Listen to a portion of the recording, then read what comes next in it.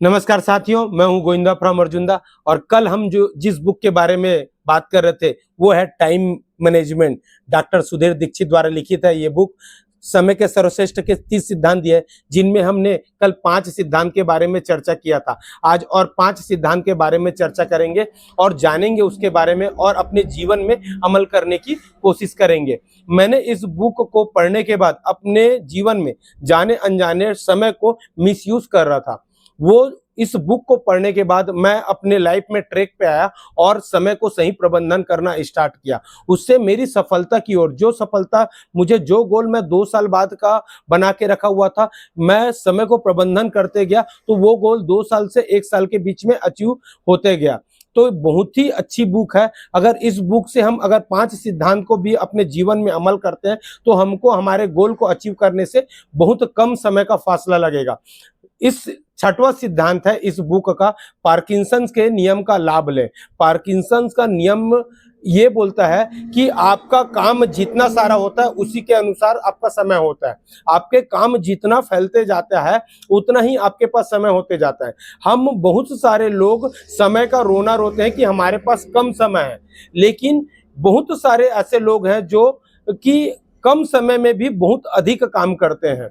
हम इस एक जगह बैठ के पूरा ऑल ओवर इंडिया में बिजनेस कर रहे हैं। जैसे अमेज़न के मालिक को ले लो, फ्लिपकार्ट के मालिक को ले लो, एक जगह बैठे हुए हैं, पूरा ऑल ओवर इंडिया में वो बिजनेस कर रहे हैं, व्यापार कर रहे हैं। अगर वो सोचते कि उसके पास संकुचित समय है, वो एक ही जगह में काम कर सकते थे, तो पूरा ये काम हो ही नहीं सकता था। सेम उसी प्रकार हमारे जीवन में हम सोचते रहते हैं कि हमारे पास कम समय है, हमारे पास 10 बजे से लेकर शाम 5 बजे तक का हमारी जॉब है या हमारा वर्किंग टाइम है, तो उसके बाद भी टाइम बचता है।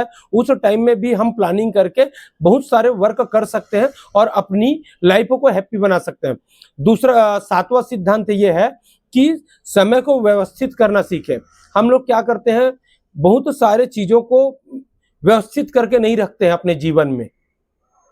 जैसे एग्जाम होता है, एग्जाम आने के समय हम लोग बुक्स नोट्स ढूंढना चालू करते हैं। जैसे हमारे पास इंटरव्यू आता है, इंटरव्यू आने के समय हम मार्कशीट ढूंढना चालू करते हैं। तो बहुत सारा चीज हमारे जीवन में अव्यवस्थित रहता है, उसको व्यवस्थित करना चाहिए, व्यवस्थित करके रखना चाहिए। यही व्यवस्थित हमको आगे हमारा टाइम को सेव करते हैं और आगे हमको जैसे जो भी काम करना होगा उसके लिए हमारा समय को प्रबंधन की तरह करके आगे की ओर डाइवर्ट करता है।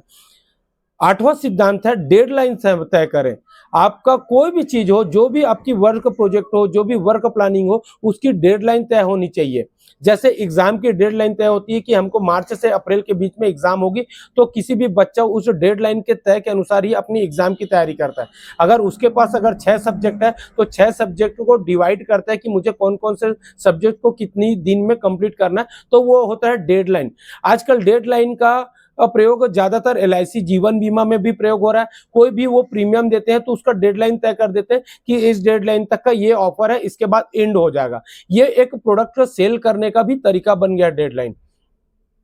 स्वयं को व्यवस्थित करें, अपने प्राइम टाइम में काम करें। ये 10वां सिद्धांत है, प्राइम टाइम में काम करना। जैसे एक टीवी का न्यूज का प्राइम टाइम होता है रात्रि 8 बजे से लेकर 10 बजे तक। उस समय एडवर्टाइजमेंट, उस समय न्यूज और जो भी चीज होता है वो टीवी में बहुत हाई प्राइस की वो शो होती है। उसी प्रकार अपने जीवन में, हमारे जीवन में, सभी के जीवन में अलग अलग प्राइम टाइम होता है। किसी का मॉर्निंग में प्राइम टाइम होता है, किसी का आफ्टरनून में रहता है, किसी का नाइट में रहता है। तो सब अभी अपने प्राइम टाइम को पहचाने और प्राइम टाइम में काम करें। अगर हम प्राइम टाइम में अपना काम करते हैं तो काफी एनर्जेटिक काम करेंगे और हमारी गोल को फोकस में रखकर काम करेंगे।